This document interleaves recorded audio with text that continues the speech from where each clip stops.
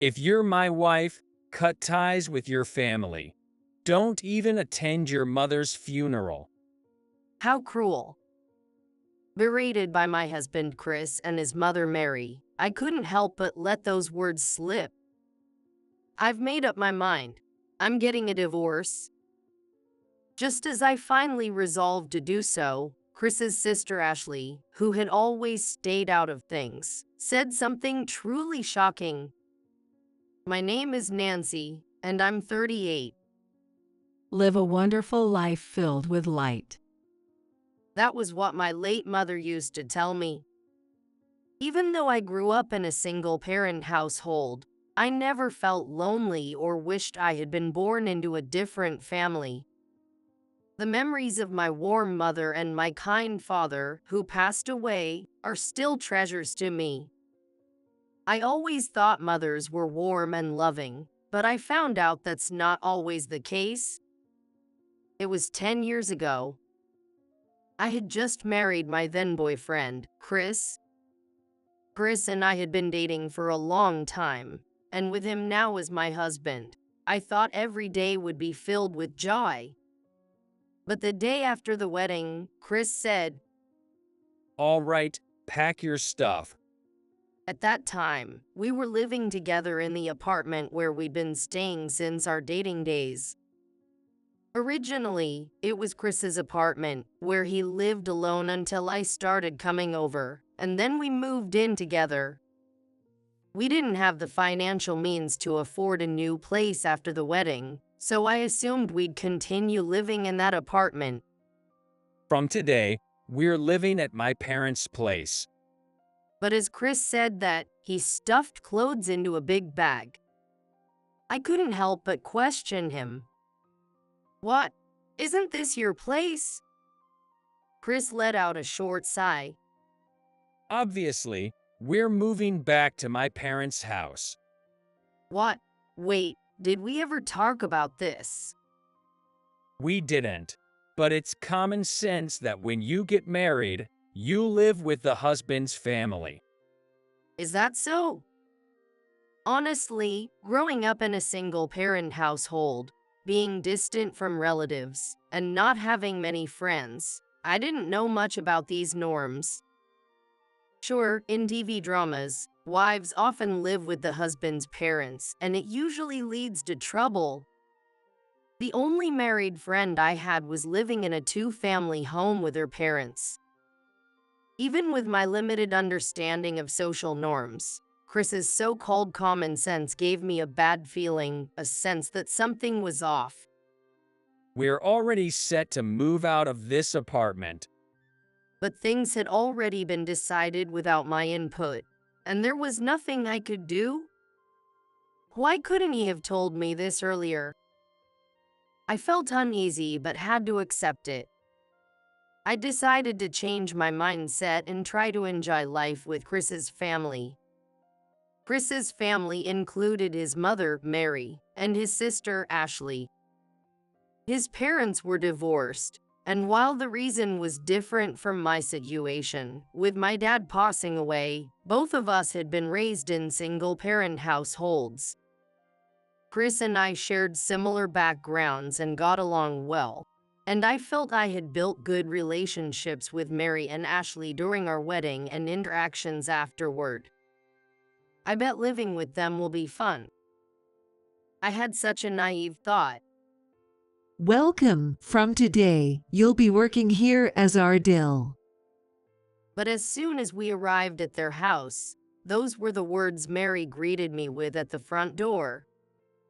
I couldn't help but stare in disbelief. I didn't marry just to work at this house. But pointing that out might affect our future relationship, and that scared me.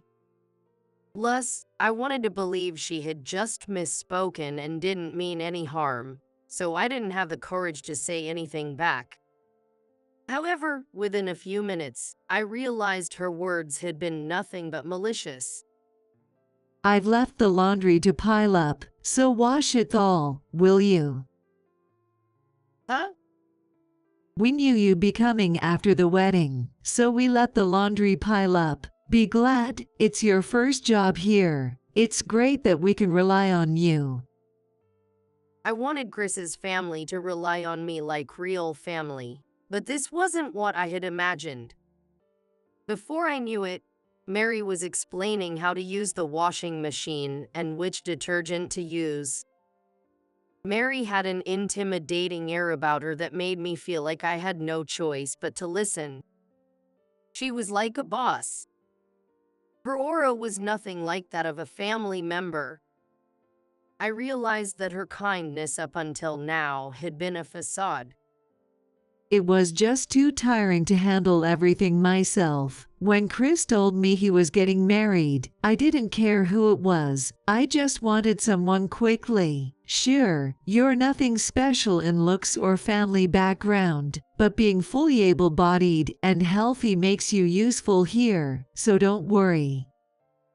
Mary herself had actually said things like that to me. Is this some kind of labor camp or something?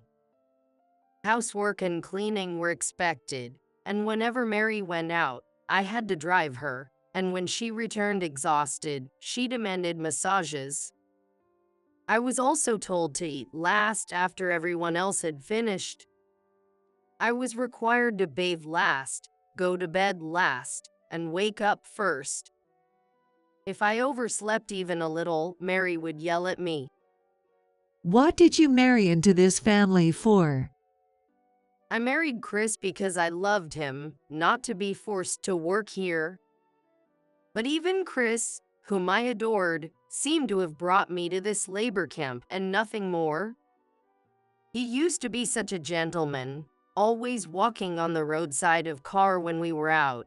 But after our marriage, he chose to ignore Mary's behavior. Well, it's part of your duty. Even when I asked for help, he'd start talking about some unclear reasoning. I realized it was a mistake to rely on Chris in the first place when Mary asked me to go shopping. She requested an enormous amount of items, so much that I wondered if we truly needed that much. Since I'll be driving, carrying everything shouldn't be too hard. Though I felt uneasy, I set off on my shopping trip. But when I got back, Mary yelled at me. Why did you buy all this stuff? I never asked you to go shopping, and bringing back this much is just stupid, isn't it? Even though she was the one who had told me to buy 7 cartons of milk and 18 rolls of toilet paper. I might not be the smartest, but even if I agree that stocking up on toilet paper is fine, I'd never buy 7 cartons of milk with such a short shelf life. I only bought what I was asked to. It was clearly mistreatment, but Chris just sighed in exasperation. You can't even shop. How can you be so useless? Mary's bullying worsened day by day, and Chris went from turning a blind eye to fully siding with Mary. Around this time, even though we had just gotten married, the word divorce began to cross my mind. But how would my mom feel? You're gaining a new family. That's wonderful. When I told my mother about the marriage, she was thrilled, but the thought of getting divorced in less than a year seemed unthinkable. When I was getting married, my mom had been worried about how my in-laws would react to our single-parent household. We're both from single-parent families, so it'll be fine. When I said that, my mom felt relieved, but I realized she still felt ashamed about being from a single-parent household. She couldn't help it. Growing up in a small town where single-parent families were rare, she was often subjected to gossip and prejudice. Doesn't it get lonely at night without a husband? Let me keep you company. I knew my mother had been subjected to those unpleasant stares and comments from the neighbors. Living in such an environment, she must have feared that I wouldn't be able to get married because of our single-parent household. So, when my wedding was set, She was so happy she could barely hold back tears during the ceremony. I couldn't bear to tell her about the divorce. Lost in my worries, I realized it had already been 5 months since I started living at his parents' house. Even I must have been overwhelmed by the stress because I came down with a nearly 104 degrees Fahrenheit fever. Normally, with family around, someone would nurse you back to health or show some kindness, but this place is more like a labor camp. The people around me were guards, not family. Naturally, they berated me as I lay bedridden. Why are you lying around all day? I'm running a 104 degrees Fahrenheit fever. Is that even true? Take your temperature. They didn't believe me, and Chris handed me a thermometer. But when my fever turned out to be 106 degrees Fahrenheit, I was allowed to rest. Back when we were dating, he would have taken care of me, but now he didn't even show concern. Mary would pop in every hour and force me to take my temperature again. No words of comfort or meals were offered. She'd silently hand me the thermometer, then take it back when it beeped. If my fever hadn't gone down, she'd leave with a scowl. When my temperature finally dropped to the high 100s, Mary prodded me. You can probably work now, right? At least do some laundry. Their nagging was so relentless that I reluctantly tried to do the laundry, but I soon felt faint and dizzy. Quit faking illness.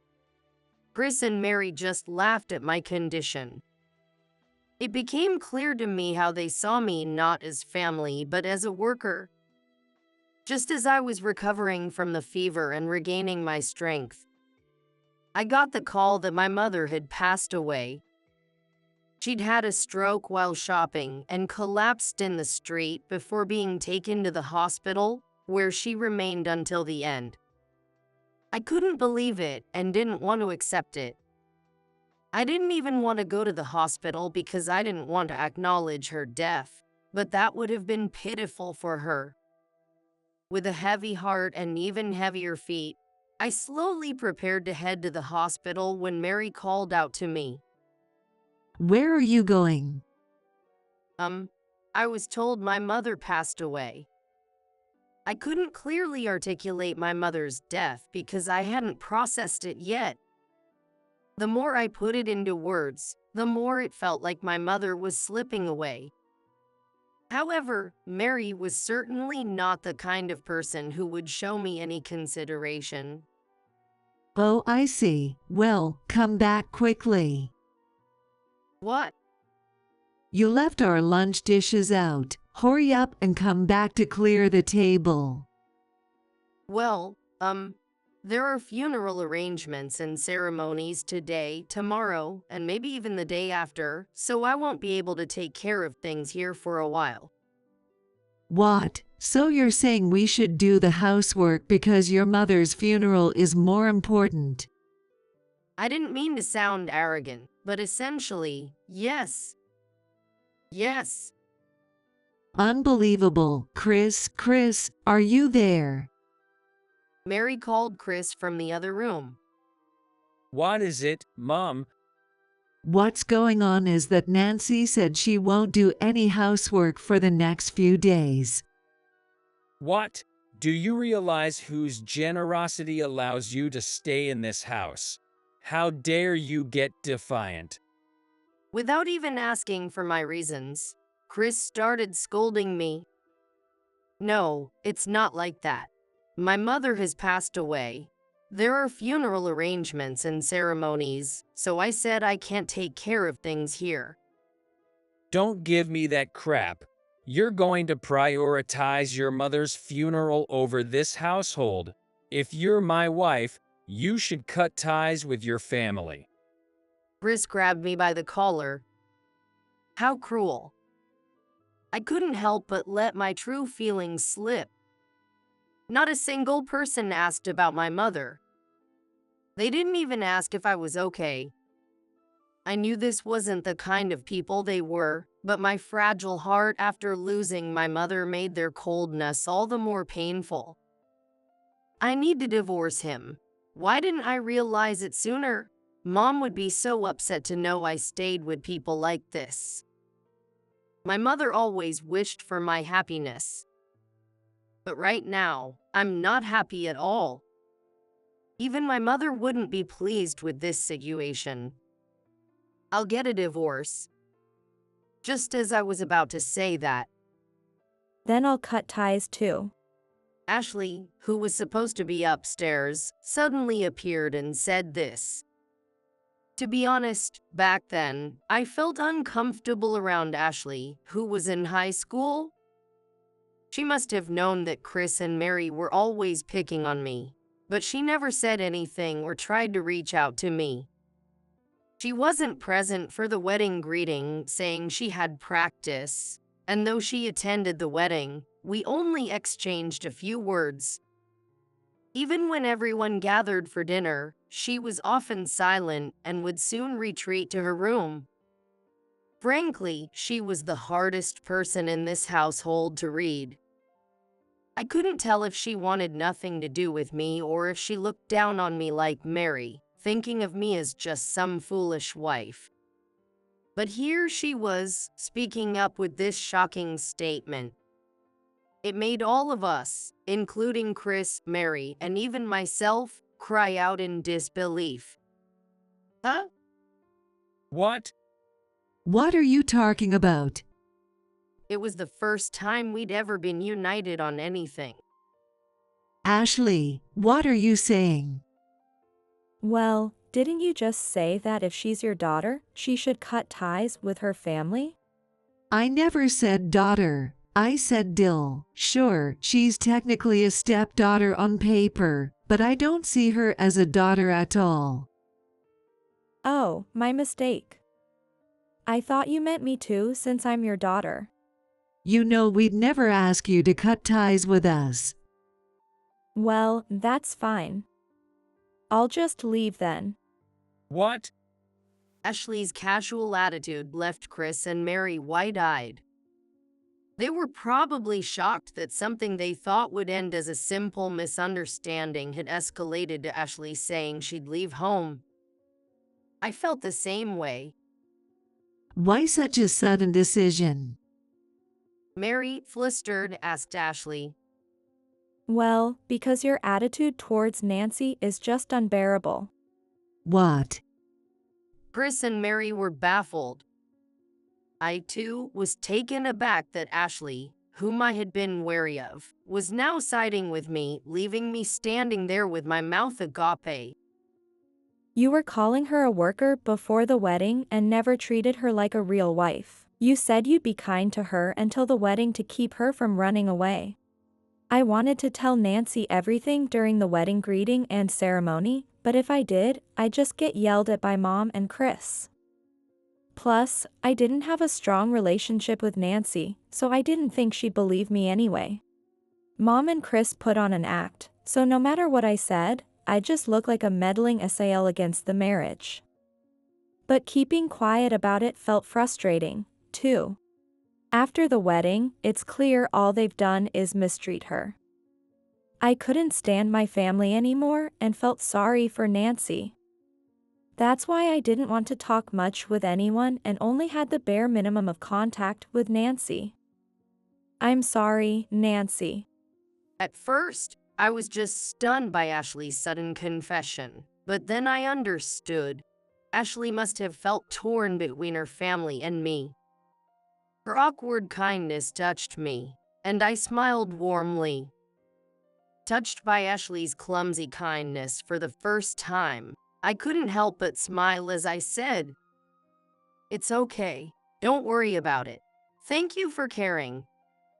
And by the way, Mom and Chris, if this were a company, your behavior would definitely violate compliance rules, and you'd be fired or sued. What? Chris and Mary gasped. Not giving her time off, insulting her character, and excessive verbal abuse. It's a storm of violations that could easily make the news. It doesn't happen because it's within a family rather than a company, but it's totally out of touch with the times. But when I was younger, your father's mother treated me the same way. Yeah, but you left Dad because you hated that, didn't you? Why are you repeating the same thing? Are you a jerk? Mary was speechless, frozen in place by Ashley's harsh criticism. Listen, Ashley, you might not understand this because you're young, but once a woman marries, a wife should devote herself to her husband's family. Chris, you might not get this because you're older, but nowadays, no woman would marry a man like that. Nancy only married you because you were pretending. Once she sees your true colors, she'll say, goodbye. Ashley waved her hand dismissively. I couldn't help but burst out laughing. What? Isn't that right, Nancy? You've probably already decided to say goodbye to Chris, haven't you? Startled by the sudden question, I nodded quietly to Ashley's query. Yes, even though it's taken longer than it should have, I just made up my mind to get a divorce. What? I married you, and now you're saying you're getting a divorce? Don't act so high and mighty. You can't even live on your own. Chris vehemently argued back and insulted me. When you say, I married you, don't you think about how I also came to you? Just like you chose me, I chose you too. Shouldn't we be equals? I glared at Chris. Yeah, that's totally right. Ashley agreed with me. Chris couldn't muster a response and remained silent. Hey, Chris, you better hold her back. If you divorce Nancy, we'll have to find a new helper. I don't think it's possible anymore. What? Mary couldn't believe her ears when she heard Chris's hesitant words. Maybe I was mistaken. I realize now that Nancy chose me as much as I chose her to be my wife. Since we got married, Chris had grown more assertive, but he had always been a gentle, timid person. His confidence likely came from living at home, backed by his mother. But when I finally stood up to him, his spirit broke completely. The assertive Chris from a few moments ago was gone, and his voice quickly grew quieter and quieter. Mom said wives should dedicate themselves to their husband's family, but like Ashley pointed out, you ended up getting divorced because of that. I was an idiot to take it all at face value. I never meant to mistreat my wife in the first place. Oh, so this is what mind control feels like. Chris mumbled as if in a daze, and Mary became visibly furious. How dare you call it mind control? But Chris seemed unconcerned with her anger. Because of you, Mom, I'm getting a divorce. He began blaming Mary for all his actions. Naturally, Mary wasn't having it and lashed back at Chris. You were the one who went along with everything I said. Watching the two of them argue, I declared, well, I'll go see my mother now. After that, I'm heading back to my family home. I'll send the divorce papers in the mail. Though Chris and Mary tried to stop me, I ignored them. Take care. Ashley was the only one who saw me off. After that, Chris repeatedly visited my family home, reluctant to divorce, but I refused to even answer the door. Even if Chris didn't agree to the divorce, the law would protect me, so I wasn't afraid. Once I'd decided to get a divorce, I was determined to follow through no matter what. Eventually, Chris relented and signed the divorce papers. Why did you get divorced? Mary now started showing up frequently, hurling insults at me. When I consulted the police, she apologized repeatedly and eventually stopped coming. I hadn't taken any special measures. I've already spoken to the police. I just told them. That alone caused Mary to panic, and she came every day to apologize. You're being too persistent. Maybe they thought I'd report them again, but they suddenly stopped coming around. I wasn't harmed, and reporting them probably wouldn't have done much good, but it worked out in the end. Afterward, I got a job at a call center. By coincidence, it was near Ashley's college, so we'd often meet at the station and catch up at a cafe. Staying close to mom makes me miserable. Apparently, Chris said that before moving out, he's completely cut ties with Mary, and Ashley plans to disappear like Chris after graduating from college. It might seem like Mary is left all alone, but Chris also had his share of troubles. At a matchmaking event where he aimed to remarry, Chris met a woman and quickly got engaged. However, it seems that she deceived him and swindled him out of around $100,000. It was such a carefully planned scam that, although it looked like a classic case of marriage fraud, it couldn't legally be labeled as such. In legal terms, it wasn't theft because Chris had given her the money, so he had no choice but to accept his losses. Chris also faced a lawsuit from me for emotional distress due to his verbal abuse. Though the marriage was short and the amount I could claim was limited, I still wanted to win whatever I could. I found a divorce attorney known for securing high settlements and managed to win some compensation.